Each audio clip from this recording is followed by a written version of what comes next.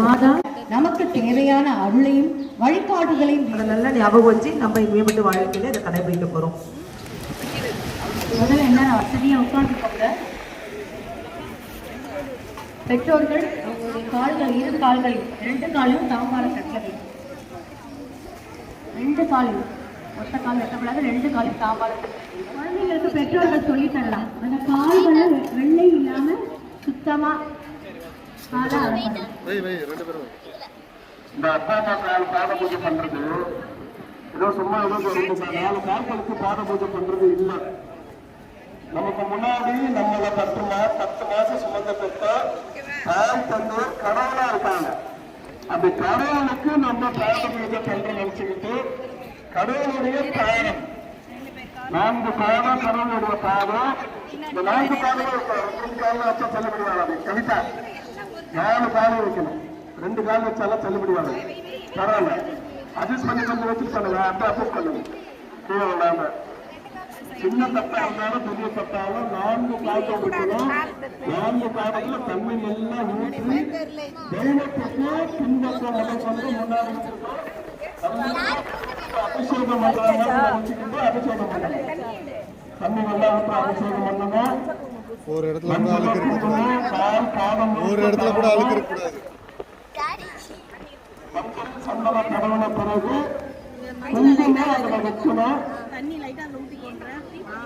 தெய்வத்துக்கு பாத பூஜை பண்றோம். அந்த எண்ணத்தோட அப்பா அம்மாவுக்கு பாத பூஜை பண்ணிட்டு இருக்கோம்.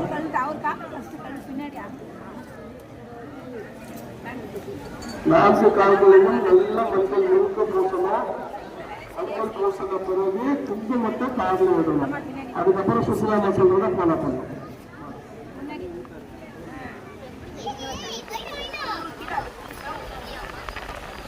அலம்பணும். நீரால் அலம்பின அப்புறம் மஞ்சள் பூசுங்க. மஞ்சள் சந்தனம்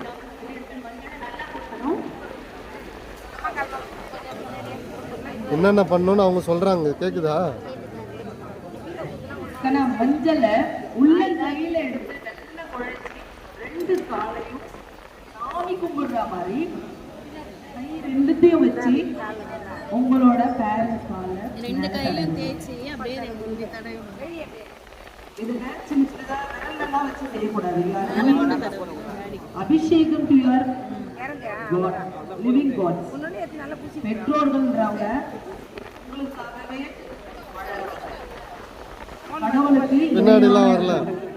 உங்களோட முதல் கடவுள் உங்களை பெற்றோர்கள். நீ முறைக்கிறதெல்லாம் ரெக்கார்ட் ஆகுது.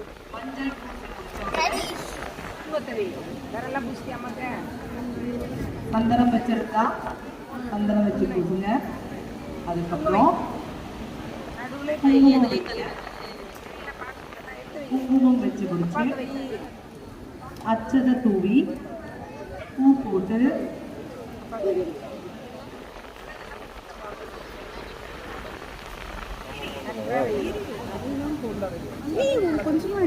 கொஞ்சமா ஒரு பொட்டு மட்டும்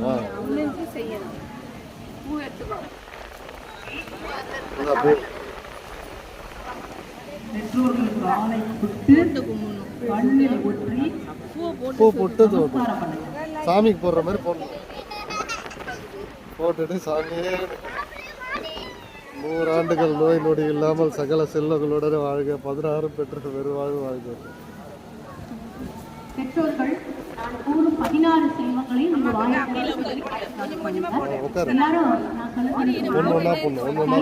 அச்சனை கையில வச்சுக்கோங்க. பெற்றோர்கள் அச்சனைய கையில வச்சுக்கோங்க.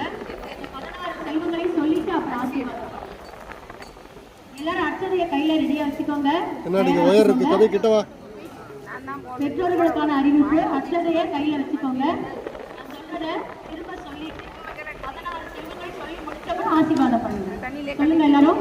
கலையாத கல்வி, கலையாத கல்வி, குறையாத செல்வம், குறையாத செல்வம், கபடு வாராத நட்பு, குன்றாத வளமை, குன்றாத வளமை, குன்றாத இளமை, குன்றாத இளமை, கழுப்பினி இல்லாத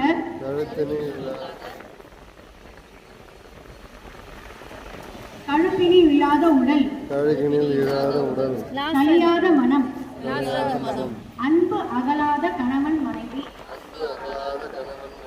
தவறாத சந்தானம் தாழாத கீர்த்தி மாறாத வார்த்தை தடைகள் வாராத கொடை தொலையாத நிதி கோணாத கோல் துன்பம் இல்லாத வாழ்வு இறைவனிடத்தில் அன்பு என்கிற 16 செல்வங்களும் பெற்று வளமோடு வாழ்க என்று வாழ்த்துகிறோம்.